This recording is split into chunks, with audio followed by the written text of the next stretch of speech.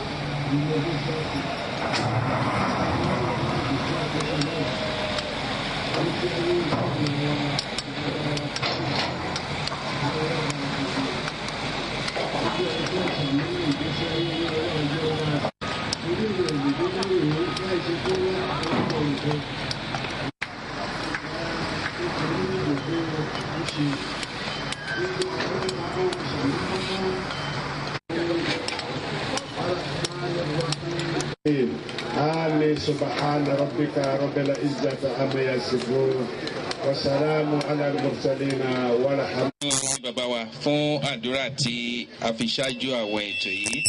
Our visionary leader, Mr. Governor Ekiti State, to the third in the series of the flag off of Operation Renovate All Schools in Ekiti State. We were at Corpus Christi College, Ado-Ekiti, and now here we are at Olaoluwa Muslim College, Ado-Ekiti. Join me in welcoming Mr. Governor, Dr. Kayode Fayemi. You are very much welcome, sir.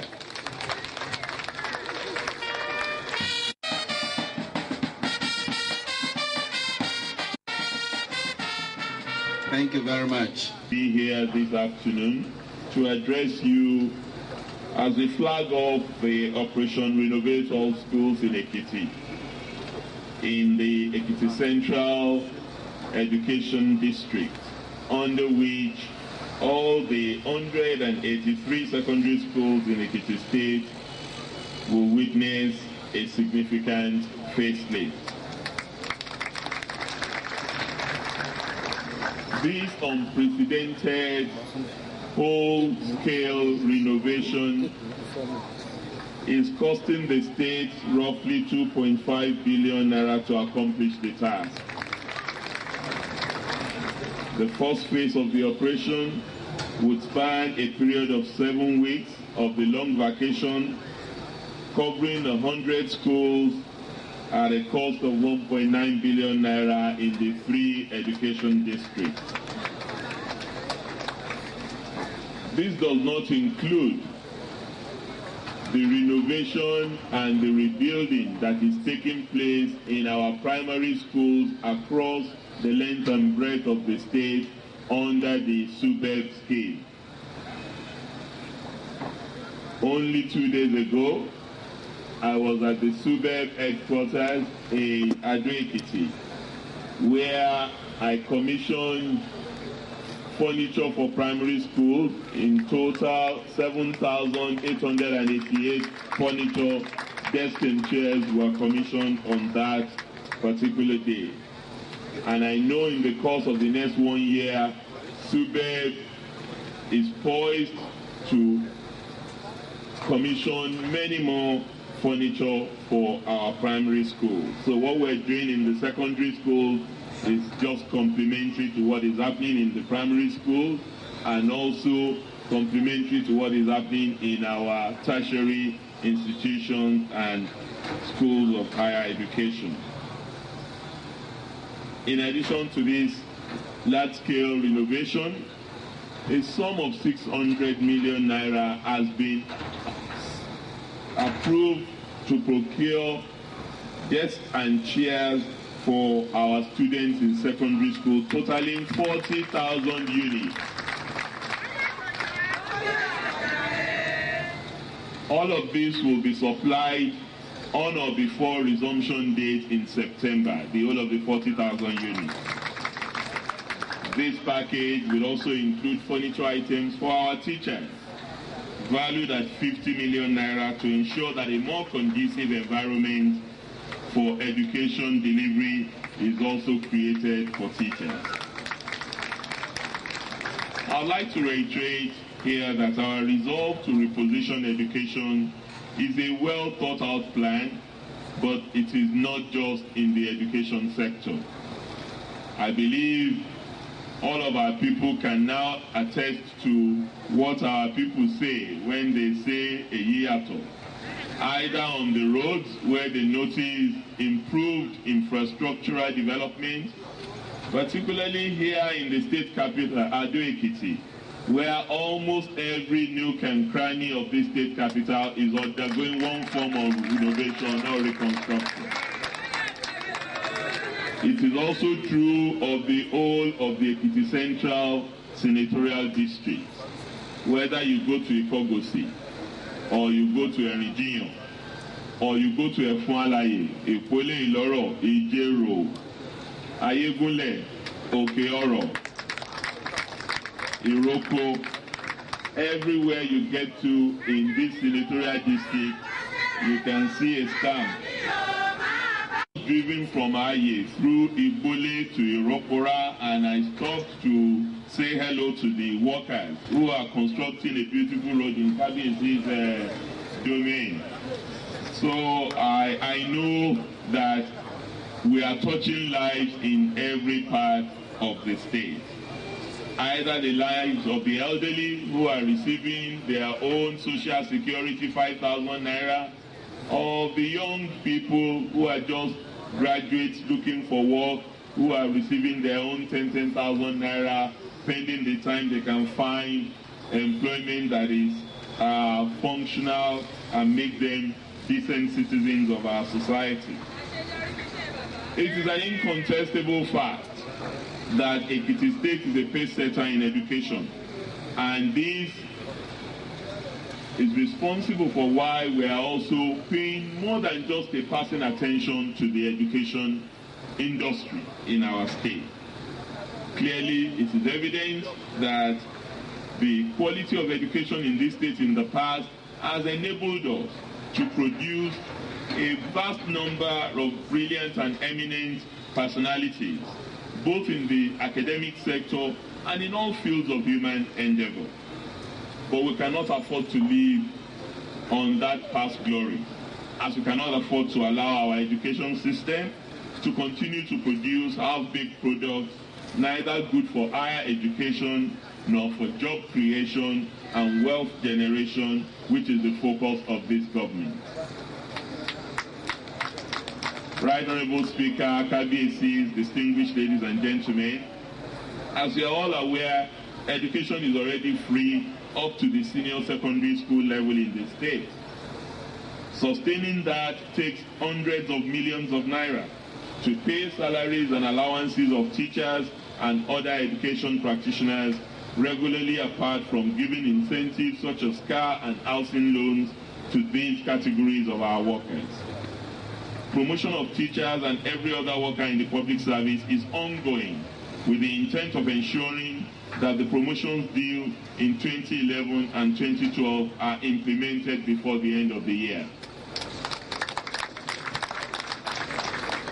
This is a far cry from what we made when we came.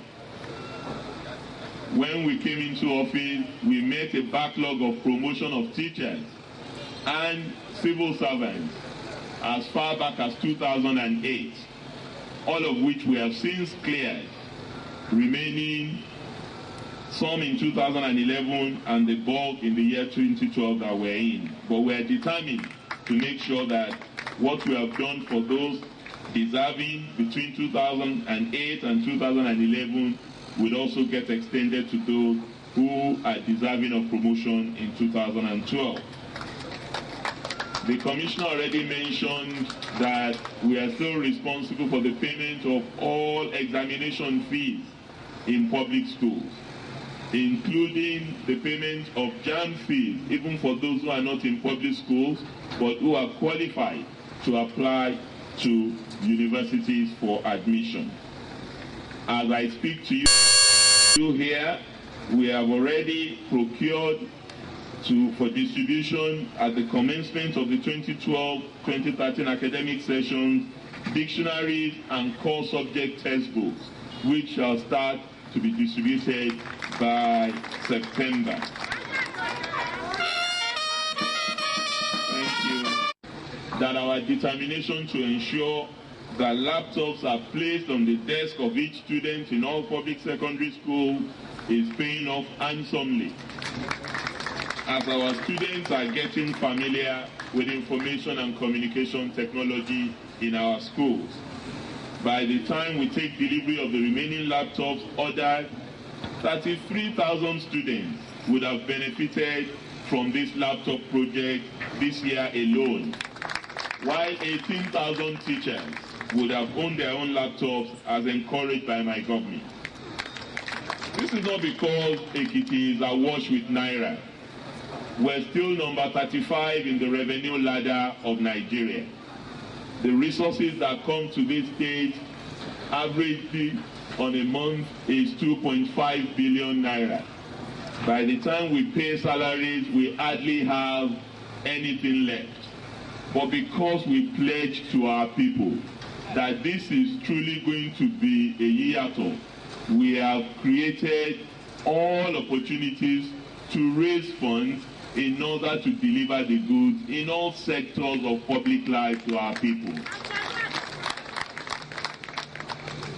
Our resolve to ensure that this impact on functional education is done in a conducive atmosphere informed the Operation Renovation All Schools in Ekiti being flagged off today. Special initiatives have continued in other parts of government. Many can attest to what is happening in Ekiti State University today and in the College of Education. And we're not stopping at that. Those who are fully deserving, we're encouraging and also assisting to gain scholarships and other opportunities even outside the country. Only yesterday, through the efforts of government, the Chinese government informed me that 2 of our students that we nominated for scholarship have been successful to go to China. Mr. Michael Adegoke from Ado-Ekiti and Mr. Peter Temitope Omotosho from Ekiti are both going to Taijing University of Technology in China for master's program in mechanical engineering and in electrical electronics engineering. For us, this is not a favor. It is a duty that we owe our people. Our resolve to ensure that functional education is the name of the game in Ekiti is one to which we have irrevocable commitment to. Even though the first phase of this operation would involve 100 secondary schools, we shall not relent until all of the 183 secondary schools and the 541 primary schools wear a new look in this state. But it must be stressed that it will take the cooperation of all as critical stakeholders for this operation to succeed. The cooperation of our Kabiyesi, the cooperation of our parents, the cooperation of our teachers, the cooperation of our community leaders, the cooperation of the students themselves to monitor and ensure that all these things that we're doing are not only delivered by the contractors on time and on cost and to precise order, but also that they will guarantee the maintenance of these buildings when they come fully back into use. As school administrators, parents, well-wishers, and communities, we must learn to imbibe a good maintenance culture so that the renovated structures will stand the test of time. I wish to thank all persons, communities and organizations who have been contributing in one way or the other to the development of education in Ekiti State. I acknowledge donations of books, computer sets, and other instructional materials to some schools by some individuals, communities and corporate bodies, for which we remain grateful. Let me say without any equivocation that despite the billions of naira which this government has committed and continues to commit to education, we are under no illusion that government alone can single-handedly transform the burdens of providing for education in our state. The effort of the government can only bear greater fruits and dividends if other public-spirited individuals, corporations, and institutions also contribute to the education sector. As a mark of our commitment to those who are interested in doing this, the Education Trust Fund in Ekiti State is embarking on an endowment initiative which will see a major fundraising exercise take place before the end of the year in September, October, to raise funds from public-spirited individuals and to encourage public-spirited Ekiti people and friends of Ekiti to adopt schools and support the effort that government is taking in improving the lot of our children. It is on this note, and on a note of historical privilege, that I flag off the Operation Renovate All Schools in Ekiti, to the glory of God and the educational excellence of Ekiti State, the land of honor, the fountain of knowledge, the place of hope, and the deliverer of the goods. Thank you. God bless you.